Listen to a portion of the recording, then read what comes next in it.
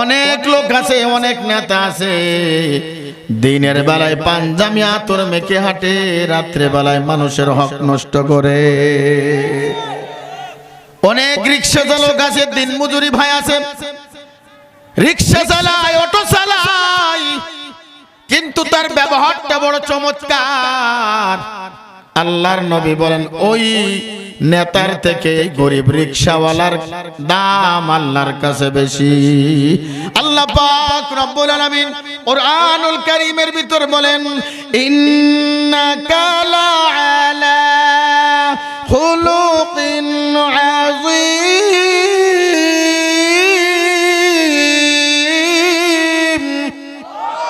আল্লাহ পাক রব্বুল আলামিন আজিম শব্দ ব্যবহার করেছে আল্লাহর নবীর শানে। ও আমার বাজানেরা, দিলের কান দিয়ে শুনে উঠা বসা করবেন না। আজিম শব্দ ব্যবহার করেছে, উত্তম চরিত্র, ভালো চরিত্র। নবীজির মতন উত্তম চরিত্র পৃথিবীতে আর কারো দেন নাই। ভালো ব্যবহার, উত্তম ব্যবহার। আপনার যদি আমল কম থাকে, যদি অল্প আমল থাকে, ভালো ব্যবহারের কারণে, উত্তম ব্যবহারের কারণে আল্লাহ পাক রব্বুল আলামিন আপনাকে মাফ করে দিবে। অনেক গরিব মানুষ আছে মারা যায়, মানুষ কান্দে, লোকটা ভালো ছিল, কথা কয় না। কিন্তু অনেক নেতা আছে মারা যায়, লোকটা মারা গেছে, ভালো হয়েছে। ঠিক কইলেও ঠিক, না কইলেও ঠিক। ঠিক কই আমারে আর উৎসাহ দিয়েন না। হ্যাঁ, সব সুরতরা সব কয় ঠিক। কয় জাহান্নামে কে যাবা, ঠিক। জান্নাতে বলে ঠিক। বউরে মারবা কি, ঠিক। আবেগে কথা বলা যাবে না, ঠিক না? এই জন্য বাজান উত্তম ব্যবহার, উত্তম চরিত্র। আল্লাহর নবী সাল্লাল্লাহু আলাইহি ওয়াসাল্লাম, আল্লাহ পাক রব্বুল আলামিন তাকে সমস্ত জগতের রহমত স্বরূপ হিসেবে দুনিয়ায় প্রেরণ করেছেন। আল্লাহ পাক রব্বুল আলামিন কুরআনুল কারীমের ভিতর বলেন ওয়া মা আরসালনাকা ইল্লা রাহমাতাল লিল আলামিন। আল্লাহ পাক রব্বুল আলামিন বলেন আমি আসমানের মালিক, জমিনের মালিক, আমি সমস্ত কুল কায়নাতের মালিক বাজান। আমার হাবিবুল্লাহ, আমার দোস্ত, সমস্ত জগতের রহমত স্বরূপ। আল্লাহর নবী সাল্লাল্লাহু আলাইহি ওয়াসাল্লাম মসজিদে নববীতে বসে আছেন। আল্লাহর নবী সাল্লাল্লাহু আলাইহি ওয়াসাল্লাম বললেন এই মুহূর্তে একজন সাহাবী বসবে, ওই সাহাবী জান্নাতি। সাহাবীরা আশ্চর্য হয়ে গেলেন, কে বসবে? একজন গ্রাম্য একজন সাহাবী এসে বসলেন। আল্লাহর নবী বয়ান করতেছে। আল্লাহর নবী সাল্লাল্লাহু আলাইহি ওয়াসাল্লাম বলেন এই মুহূর্তে যে সাহাবী বসবে, ওই সাহাবী আল্লাহর জান্নাতে চলে যাবে। দ্বিতীয় দিন দেখলেন, প্রথম দিন যে সাহাবী বসছে, দ্বিতীয় দিনে একই সাহাবী।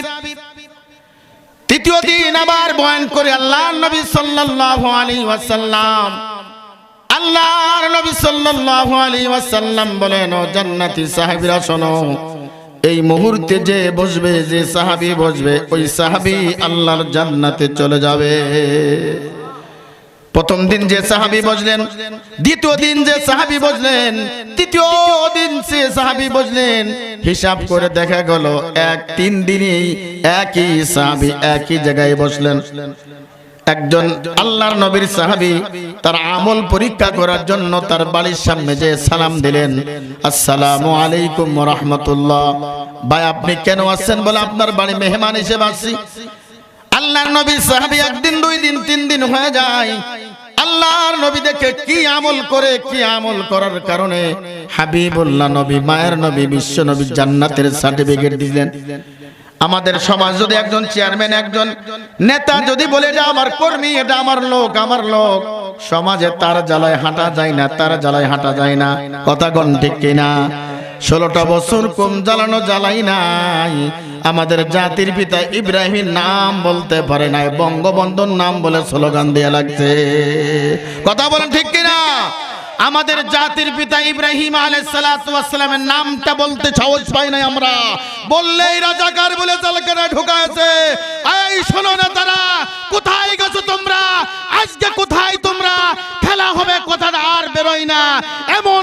দিছে ছাত্ররা, দিল্লির জমিনে পালাইছো, কথা বলেন ঠিক কিনা?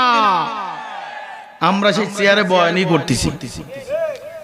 ইজ্জতের মালিক কে? ওয়া তুইজ্জু মান তাশাউ ওয়া তুযিল্লু মান তাশাউ বিয়াদিকাল খায়র।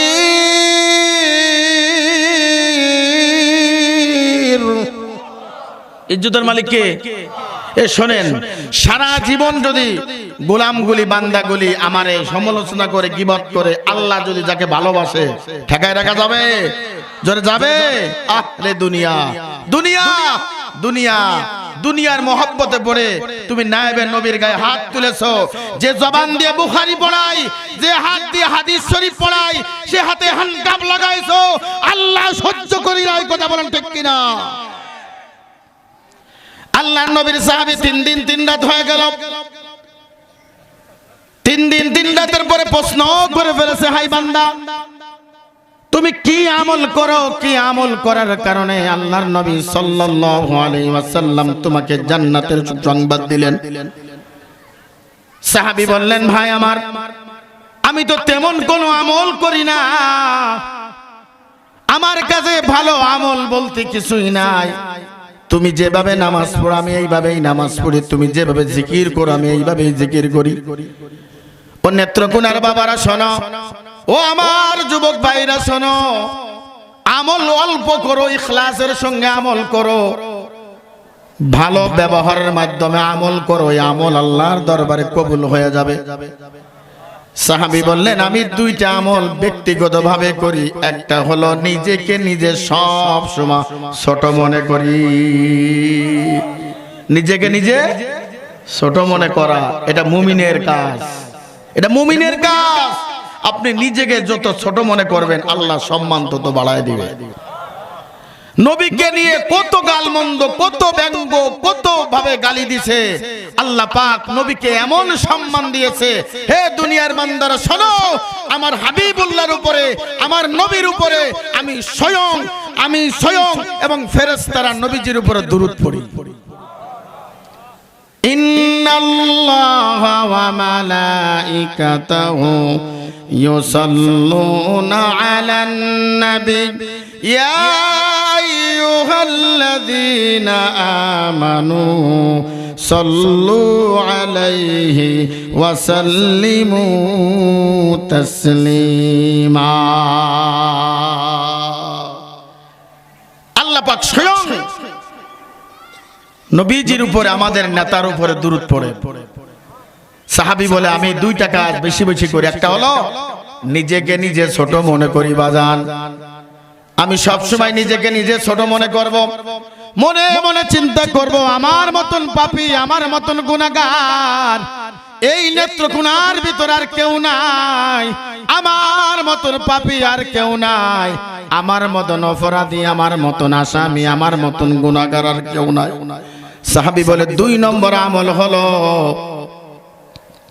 আল্লাহর নবীর সাহাবী বলেন 2 নম্বর আমল হলো, আমি সদা সর্বদা মানুষকে ক্ষমা করে দিই। ঘুমানোর আগে আমলটা করবেন, আল্লাহ তুমি আমাকে ক্ষমা করে দাও, আমিও সবাইকে ক্ষমা করে দিলাম। কিন্তু আমাদের অভ্যাসটা খারাপ। চাচা যদি মারা যায়, আপনার ভাই মারা যাচ্ছে, ভাই মৃত্যুর বিছানায় শুয়ে কয়, এই ছেলে, তোর চাচার লগে আমার যে গিরিঙ্গি লাগানো আছে, আমি মরে গেলে তুই ওই গিরিঙ্গি তুই জোড়া লাগাই দিবি। কথা কয় না গায়? একজনে ক্ষমা করতে চাই না। একজন ইমাম রে দুনিয়ার সমালোচনা, ইমাম কেমনে খায়, কেমনে আটে, ইমাম দেরি করে আসলো কা, ইমাম বেশি খায় কা, ইমাম এত কথা বলে কা, ইমাম সুদের ওয়াজ করে কা, ইমাম ঘুষের ওয়াজ করে কা। কি ওয়াজ করব, কি ওয়াজ করব, কি ওয়াজ করব বলো, ওই ওয়াজ করব আমরা। কথা বলেন ঠিক কিনা? সুদের ওয়াজ করলে ইমামের চাকরি থাকে না। ইমাম নিয়ে সমালোচনা, আলেম নিয়ে সমালোচনা। এই জন্য মান সাতারা মুসলিমান সাতারাহুল্লাহু ফিদ দুনিয়া ওয়াল আখিরা। নবীজি হাদিসের ভিতরে বলেন, দুনিয়ার ভিতর যে বান্দার দোষ, যে বান্দা গোপন করে রাখবে, মাফ করে দিবে, আল্লাহ পাক রব্বুল আলামিন তাদের গুনাহগুলো গোপন রেখে মাফ করে দিবে। এই জন্য আল্লাহ পাক রব্বুল আলামিন বলেন, ইয়া আইয়ুহাল্লাযীনা আমানুত্তাকুল্লাহা হাক্কা তুকাতিহি ওয়ালা তামুতুন্না ইল্লা ওয়া আনতুম মুসলিমুন। হে ঈমানদারগণ, তোমরা সদা সর্বদা আল্লাহকে ভয় করো, রবরে ভয় করো। তাকওয়ার স্লোগান তোমার অন্তরে ঢোকাও, তাকওয়ার সিলগুলি তোমার অন্তরে ঢোকাও। মনে মনে চিন্তা করো, যখন আমি আর আপনি গুনাহ করে ফেলব, দুনিয়ার কেউ দেখে না, কে দেখেন? জোরে বলেন না, কে দেখেন? যখন আপনি পাপ করে ফেলবেন, অপরাধ করে ফেলবেন, মনে মনে চিন্তা করবেন দুনিয়ার কেউ দেখে না, একমাত্র আমার রব, আমার আল্লাহ দেখে। আল্লাহর নবীর দ্বিতীয় নম্বর খলিফা হযরত ওমর ইবনুল খাত্তাব। আল্লাহর নবী বলেন, লাউ কানা বাদি নাবিয়্যুন লাকানা ওমর। আমার পরে যদি নবী হতো, ওমরের ভিতর সব যোগ্যতা ছিল। আমরা যারা জুমার নামাজ আদায় করি প্রত্যেক দিন, ইমাম সাহেব কিন্তু সানি খুতবার ভিতর কয়েকটা শব্দ আমাদেরকে মুখস্থ করে দিছে। আরহামু উম্মতি বি উম্মতি আবু বকর, আশাদ্দুহুম ফি আমরিল্লাহি ওমর। হযরত আবু বকর হলো নরম দিলের সাহাবী, নরম দিলের সাহাবী।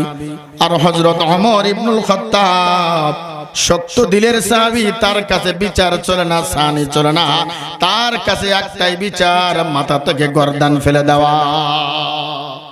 হযরত ওমর ইবনুল খাত্তাব যখন বাদশাহী হইলেন, রাজত্ব পাইলেন, খলিফার দায়িত্ব, চেয়ার পাইলেন শাম দেশ থেকে, হযরত ওমর ইবনুল খাত্তাব মদিনায় ঢুকবে, দেখে মদিনার গলিতে একজন বৃদ্ধ মহিলা বসে আছেন বাচ্চাদেরকে নিয়ে।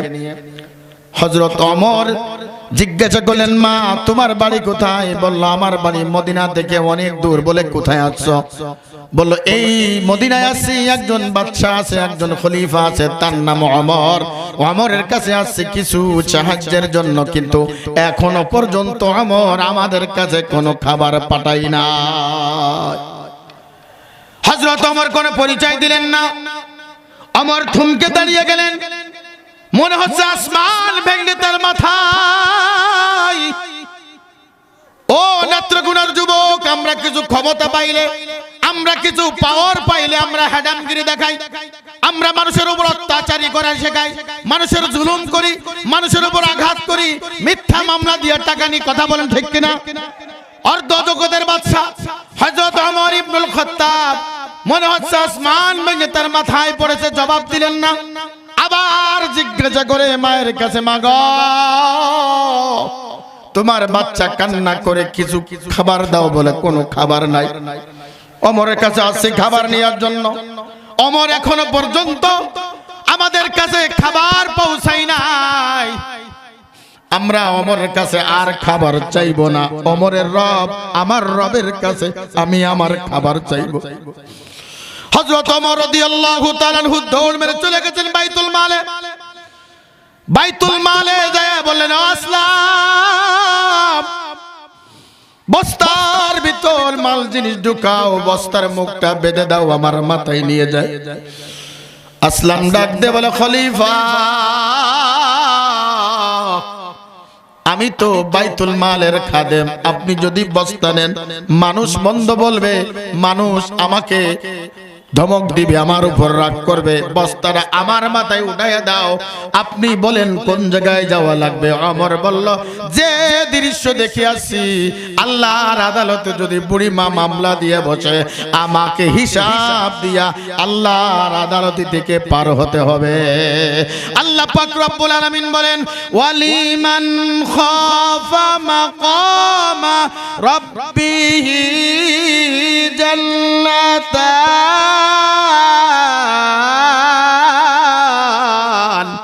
আল্লাহ পাক রব্বুল আলামিন বলেন, আল্লাহর আদালতে সবাইকে হিসাব দিতে হবে, আল্লাহর আদালতে সবাইকে দাঁড়াইতে হবে।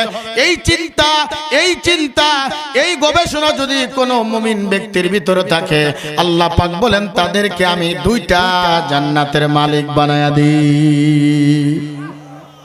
হযরত ওমর বললেন, আসলাম, বুঝাটা আমার মাথায় উঠায় দাও। আসলাম বললেন, না না খলিফা, আমি তো খাদেম হিসেবে আছি। আল্লাহর নবীর সাহাবী হযরত ওমর ইবনুল খাত্তাব ডাক দিয়ে বলল, না না না, বস্তার ওমরের মাথায় উঠায়া দাও। হযরত ওমরের মাথায় বস্তা উঠায়া দিলেন। একজন খলিফা, আমাদের বাংলাদেশের মতন নয়, অর্ধ জগনের একজন বাদশা, যার নামে বলা হয় আসাদুহুম ফি আমরিল্লাহি ওমর। আল্লাহর নবী বলেন, আকাশের চাঁদ, আকাশের তারকা গুণে শেষ করা যায়, হযরত ওমরের নেকি গুণে শেষ করা যায় না। এমন একজন সাহাবী, যে সাহাবী এখনো মসজিদে নববীর পাশে নবীজির বাম দিকে ঘুমায়, আর যখন আল্লাহর নবী জান্নাতে বহনে উঠে যাবে, ডান দিকে থাকবে আবু বকর, বাম দিকে থাকবে ওমর। এমন একজন সম্মানিত মানুষ, এমন একজন জান্নাতি সাহাবী নিজের বোঝা মাথায় উঠাই নিয়া মহিলার কাছে দৌড়ায়। মহিলা যদি আল্লাহর আদালতে বিচার দিয়ে দেয়, আল্লাহর আদালতে মামলা যদি দাঁড়ায়া যায়, আমার মতন ওমরের আমার মতন ওমরের আল্লাহর আদালত থেকে বিচার দিয়া আল্লাহর জান্নাতে যাওয়া সম্ভব হবে না। হযরত ওমর ইবনুল খাত্তাব বোঝা নিয়ে যখন রওনা, আসলাম পিছনে পিছনে দৌড়াই। হযরত ওমর ইবনুল খাত্তাব বুড়িমার সামনে যায়া বস্তাটা ফেলে দিয়ে মুখটা খুলে দিয়ে বললেন, মাগো, এই তোমার জন্য খাবার এনেছি, তোমার জন্য খাবার এনেছি। খাবার যদি ফুরিয়ে যায় আমাকে বলবা, আমি আবার খাবার এনে দিব, কিন্তু শর্ত একটা আছে, আল্লাহর আদালতে হযরত ওমরের নামে বিচার দিয়েন না। মহিলা ডাক দিয়ে বলল, যুবক, এই মদিনার শহরে যদি ওমর না হয়ে যদি তোমার মতন একজন যুবক যদি বাদশা হতো, তোমার মতন যুবক যদি একজন রাষ্ট্রনায়ক হতো, এই মদিনার লোকের কপালটা আলো খুলে যেত, আলো পরিবর্তন হয়ে যেত। হযরত ওমর ডাক দিলেন, মাগো, বিচার যা করার তুমি করো, কিন্তু আল্লাহর আদালতে ওমরের নামে বিচার দিও না।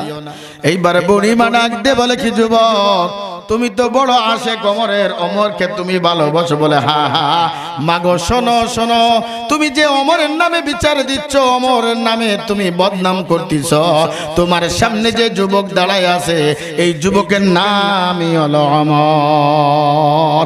আল্লাহু আকবার। এটা হলো খলিফার পরিচয়, এটা হলো তাকওয়ার পরিচয়, এটা হলো আল্লাহর ভয়ের পরিচয়। আল্লাহ পাক রব্বুল আলামিন বিভিন্ন জায়গায় বিভিন্ন সূরাতে আল্লাহ পাক আমাদেরকে ভয়ের কথা বলেছে। আল্লাহ পাক বলেন, ইন্না আকরামাকুম ইনদাল্লাহি আতকাকুম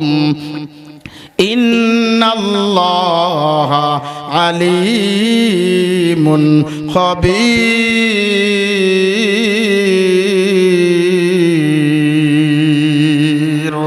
এ কালামে জিন্দা কুরআনে হাকিম, হিকমতে উলা ইয়াজালাসতু কদিম, বাহা কুরআ কালামুল্লাহ বসন,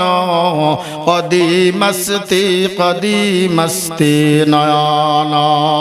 এই জন্য ভয় করব কার? জোরে বলেন, আওয়াজ করে বলেন, ভয় করব কার? জান্নাতি সাহাবীরা যদি আল্লাহকে এত পরিমাণ ভয় করতে পারে, তোমাকে আমাকে কেমন করে ভয় করতে হবে? আল্লাহর নবী সাল্লাল্লাহু আলাইহি ওয়াসাল্লাম যখন 25 বছর বয়স হলেন, আম্মাজান খাদিজার সঙ্গে যখন বিবাহ হলেন, আল্লাহর নবী সাল্লাল্লাহু আলাইহি ওয়াসাল্লাম যখন আম্মাজান খাদিজার ঘরের ভিতর প্রবেশ করেন, প্রবেশ করার সঙ্গে সঙ্গে সালাম দিলেন, আসসালামু আলাইকুম ওয়া রাহমাতুল্লাহ। ওয়া আলাইকুমুস সালাম ওয়া রাহমাতুল্লাহ বলে দরজা খুলে দিলেন হযরত ফাতিমাতুজ জোহরা রাদিয়াল্লাহু তাআলা আনহা। আল্লাহর নবী সাল্লাল্লাহু আলাইহি ওয়াসাল্লাম তাকায় দেখে ফাতেমার চোখের কোটায় পানি। আল্লাহর নবী প্রশ্ন করে বলেছে, ফাতেমা, দুনিয়ায় সবাই কান্না করলে আমি সহ্য করতে পারি, কিন্তু ফাতেমা তোমার কান্না আমি সহ্য করতে পারি না। ও ফাতেমা, কান্না করো কেন? আম্মা জান কান্দে, হযরত ফাতিমা রাদিয়াল্লাহু তাআলা আনহা ডাক দিয়ে বলেন, বাবা গো, ওই দেখো খাদিজা আম্মা জান কান্না করে। আল্লাহর নবী সাল্লাল্লাহু আলাইহি ওয়াসাল্লাম দেখে খাদিজাতুল কুবরা রাদিয়াল্লাহু তাআলা আনহা দরজা খুলে জান্নাতুল বাকির দিক তাকায়া তাকায়া কান্দে। হযরত আম্মা জান খাদিজা কবর দেখে কান্দে, আল্লাহ, এই কবরে আমার সঙ্গে কেউ যাবে না, আমার মা বাবা ছেলে সন্তান পরিবার কেউ যাবে না, কেউ কিছুই আমার সঙ্গে যাবে না। আমার সঙ্গে যাবে নেক আমল, আমার সঙ্গে যাবে ভালো আমল, আমার সঙ্গে যাবে নেক আমল, আমার সঙ্গে যাবে ভালো আমল। ও দুনিয়ার মহিলারা শোনো, ও নেত্রগুণের মা, ও আমার যুবক, একজন জান্নাতি মহিলা মৌতের আগে যদি কবর দেখে দেখে কান্দে, আমার আপনার উপায় কি? গুনার কথা স্মরণ করিয়া নিজেকে নিজে প্রশ্ন করো, আল্লাহ, আমার মতন পাপী আর কেউ নাই, আমার মতন গুনাহগার আর কেউ নাই। আল্লাহর নবী সাল্লাল্লাহু আলাইহি ওয়াসাল্লাম ডাক দিয়ে বলেন, খাদিজা, কেন কান্না করো, কেন কান্না করো? আল্লাহর নবী সাল্লাল্লাহু আলাইহি ওয়াসাল্লাম এই কথা বলার সঙ্গে সঙ্গে খাদিজা ডাক দিয়ে বলে, ইয়া রাসূলুল্লাহ, ওই কবরে আমার একা একা থাকতে হবে। ওই কবরে যদি জাহান্নামের আগুন ধাউ ধাউ ধাউ ধাউ করে জ্বলে, কে আমার রক্ষা করবে, কে আমারে বাঁচাবে? আল্লাহর নবী বলেন, আল কবরু রাউযাতুম মিন রিয়াজিল জান্নাহ আও হুফরাতুম মিন হুফারিন নার। কারোর কবর হবে জান্নাতের বাগান, আর কারোর কবর হবে জাহান্নামের গর্ত। নেক আমল, ভালো আমল নিয়ে যদি যাইতে পারো, ওই কবর হবে বেহেশতের বাগান। ওয়ালবিসু মিনাল জান্নাহ ওয়াফতাহু লাহু বাবা ইলাল জান্নাহ। আর যদি বদ আমল নিয়ে যাও, গুনাহগার অবস্থায় যদি কবরে যাও, সুদখোর অবস্থায় যদি কবরে যাও, বেপরদা অবস্থায় যদি মারা কবরে যাও, ওই কবরে এমন জোরে চাপ মারবে, ডাইনের মাটি বামে, বামের মাটি ডাইনে, এমন জোরে চাপ মারবে, হাড্ডি গুড়ি মসমস মসমস করে ভিতরে ঢুকিয়ে যাবে বাজান। এই জন্য আল্লাহর ভয় নিয়া, আল্লাহর উপরে ভয় করিয়া, তাকওয়া অর্জন করিয়া আল্লাহর কবরে যাও। ওই কবরে সাথী নাই, বাতি নাই, লেপ্তশক নাই, কিছু নাই। ভালো আমল করে যদি কবরে যাইতে পারো, আল্লাহর নবী বলেন ওই কবরটা হবে জান্নাতের টুকরা। ভাইরা আমার, বন্ধুগণ আমার, আল্লাহর নবীর সাহাবী হযরত আবু বকর সিদ্দিক। কে সে আবু বকর? আল্লাহর নবীর সাহাবী, নামাজে দাঁড়াইয়া দাঁড়াইয়া কান্দে, ইন্নাল্লাহা আশতারা মিনাল মুমিনিনা আনফুসাহুম ওয়া আমওয়ালাহুম বিআন্না লাহুমুল জান্নাহ। ও দুনিয়ার বান্দা বান্দিরা শোনো, আল্লাহ পাক রব্বুল আলামিন আমাকে আপনাকে জান্নাত দিয়েছে জান এবং মালের বিনিময়। আমার আল্লাহ যদি হাসরের ময়দানে বলে কি, ও সলিমুল্লাহ, ও আব্দুল্লাহ, ও আব্দুর রহমান, ও মুফতি সাহেব, ও মুহাদ্দিস সাহেব, তোমার ইবাদত আমার কাছে কবুল হয় নাই, তোমার রোজা আমার কাছে কবুল হয় নাই, তোমার নামাজ আমার কাছে কবুল হয় নাই, এই নাও তোমার নামাজ, এই তোমার জান সাদকা, এই তোমার হজ, এই আমার নেক আমল, আমার জান্নাত আমার ফিরে দাও। হযরত আবু বকর সিদ্দিক রাদিয়াল্লাহু তাআলা আনহু নামাজে দাঁড়াইয়া দাঁড়াইয়া কান্দে, আল্লাহ, তুমি যদি মাফ না করো, এই জগতে আর কেউ মাফ করবে না। এই জন্য বাজান বেশি বেশি তাকওয়া অর্জন করব, আল্লাহর ভয়। আল্লাহ পাক রব্বুল আলামিন বলেন, ইয়া আইয়ুহাল্লাযীনা আমানুত্তাকুল্লাহা ওয়া কুলু কাওলান সাদীদা। হে ঈমানদারগণ, তাকওয়া অর্জন করো। তাকওয়া মানে আল্লাহর ভয়। আল্লাহর নবীর সাহাবী হযরত ওমর ইবনুল খাত্তাব বাজান, দ্বিতীয় নম্বর খলিফা, যার নামে বলা হয় লাউ কানা বাদি নাবিয়্যুন লা কানা ওমর। নবীর পরে যদি নবী হইতো, হযরত ওমর ইবনুল খাত্তাব নবী হইতো। হযরত ওমর ইবনুল খাত্তাব ফুফায়া ফুফায়া কান্দে, আল্লাহু আকবার, আল্লাহু আকবার। আল্লাহর নবী সাল্লাল্লাহু আলাইহি ওয়াসাল্লাম যখন দুনিয়ার থেকে বিদায় হয়ে যায়, মদিনার জমিনে একটা মুনাফিকের লিস্ট দিলেন, এই ব্যক্তি মুনাফিক। সমাজের ভিতর দেখবেন ইহুদিদের ভিতর মুনাফিক পাওয়া যায় না, কাফেরদের ভিতর মুনাফিক পাওয়া যায় না, সব মুনাফিক পাওয়া যায় হলো মুসলমানদের ভিতর।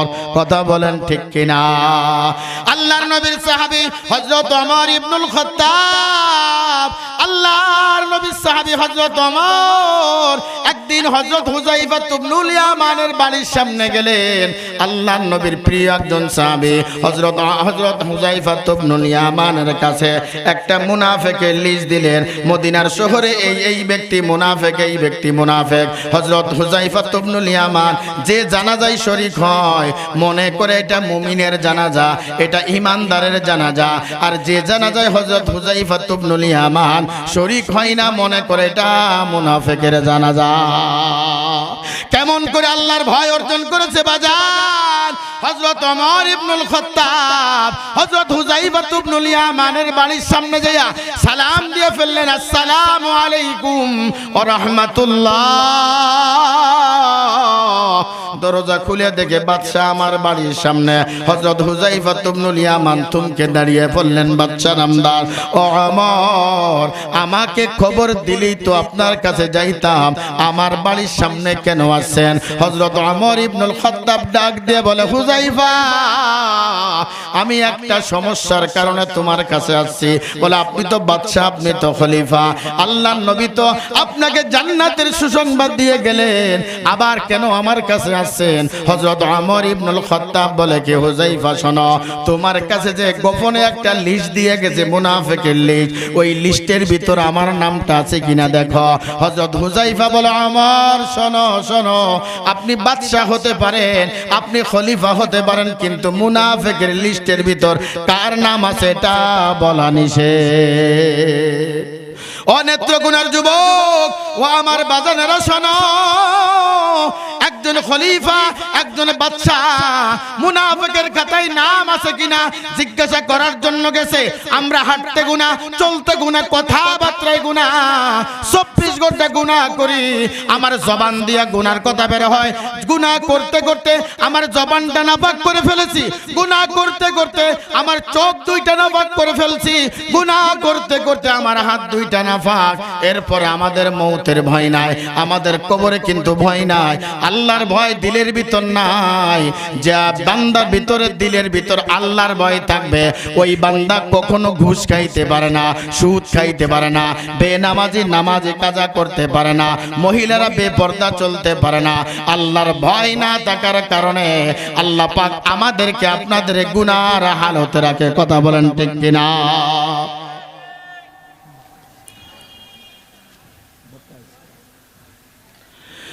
ভাইরা আমার, বন্ধুগণ আমার, হযরত হুযাইফা ইবনুল ইয়ামান বললেন, না রে বাজান।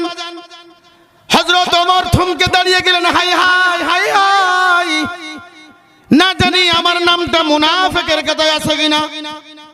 এই বলিয়া চলে গেলেন হযরত ওমর ইবনুল খাত্তাব বাড়িতে। মনটা বেজার। বাবা জিজ্ঞাসা, সন্তান জিজ্ঞাসা করে, বাবা কি হয়েছে, কথা বলে না। স্ত্রী ডাকতে বলে, স্বামী গো কি হয়েছে, কথা বলে না। হযরত আব্দুল্লাহ ডাকতে বলে, বাবা কি হয়েছে, কথা বলেন না কেন? হযরত ওমর ইবনুল খাত্তাব ডাক দিয়ে বলেন, শোনো বাজান শোনো, আমার নামটা মুনাফিকের খাতায় আছে কিনা হযরত হুযাইফা ইবনুল ইয়ামান বলে নাই। আমার দিলের ভিতর ভয়, আমার অন্তরের ভিতর ভয়।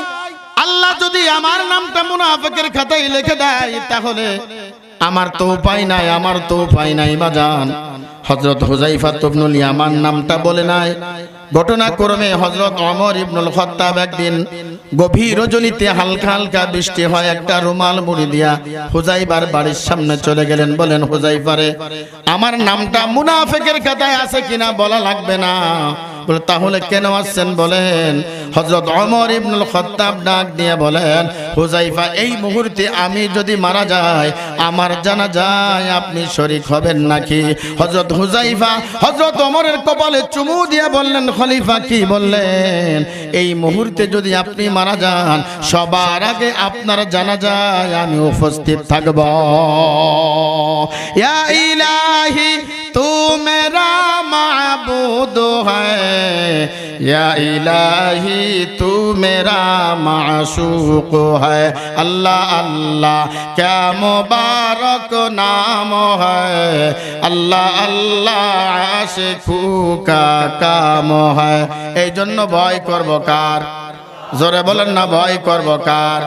আল্লাহকে ভয় যদি করেন, আজকের থেকে ওয়াদা করেন, নিয়ত করেন, আর জীবনে নামাজ কাজা করব না, আর জীবনে মহিলাদেরকে মেয়েদেরকে বেপরদা চলাচল করাবো না, আর জীবনে দাড়িতে খুর লাগাবো না, আর জীবনে মানুষের নামে শিকায়ত করব না, আর জীবনে আলেমদের নামে বদনাম করব না। এই নিয়ত যদি থাকে, এই ওয়াদা যদি করতে পারো, দুইটা হাত তুলে আমার আল্লাহর দেখায় দাও। আল্লাহ আমাদের হাতগুলি কবুল করো, আল্লাহ আমাদের জীবনের গুনাহগুলি মাফ করো। আল্লাহ যারা আমরা ওয়াদা করেছি আল্লাহ মৃত্যুর আগ পর্যন্ত, আল্লাহ পাক তুমি আমাদের ওয়াদাগুলি ঠিক রাখার তৌফিক দান করো, জোরে কোন আমিন। এই জন্য সদা সর্বদা আল্লাহকে ভয় করব, এই জন্য বেশি বেশি দুইটি গুণ অর্জন করব। একটা হলো আল্লাহর ভয়, তাকওয়া অর্জন করব, দুইটা হলো ভালো ব্যবহার। মন থাকবে তো ইনশাআল্লাহ। সময় অল্প, আল্লাহ পাক যদি সুযোগ দেয় কখনো কথা বলবো। আমাদের পিছনে বক্তা বসে আছে, বক্তা রেখে ওয়াজ করার মতন এলেম আর এলেম আমল কিচ্ছু নেই আমার। বেয়াদবি মনে করবে, কষ্ট পাইছেন আপনারা? দুইটি কাজ বেশি বেশি করবে। এক নম্বরে কি? তাকওয়া। তাকওয়া মানে কি? আল্লাহর ভয়। যে কোনো সময় যে হালতে মনে মনে চিন্তা করব, দুনিয়ার কেউ দেখেন আমার রব আমার দিক তাকাই আছে। আর দুইটি কাজ কখনো করব না। এই জবানকে হেফাজত করব, লজ্জা স্থানে হেফাজত করব, পারবো তো ইনশাআল্লাহ। এই জবান দিয়ে মিথ্যা বলবো না। মিথ্যা হলো সমস্ত গুনাহের মা। মিথ্যা ছেড়ে দেন, আপনার আমল দেখবেন পরিবর্তন হয়ে যাবে। আল্লাহ পাক রব্বুল আলামিন দুইটা আমল বেশি বেশি করার তৌফিক দান করুক। দুইটা খারাপ কাজ আমাদের থেকে হেফাজত করে বলেন আমিন। ওমা তাওফিক ইল্লা বিল্লাহ। আসসালামু আলাইকুম ওয়া রাহমাতুল্লাহ।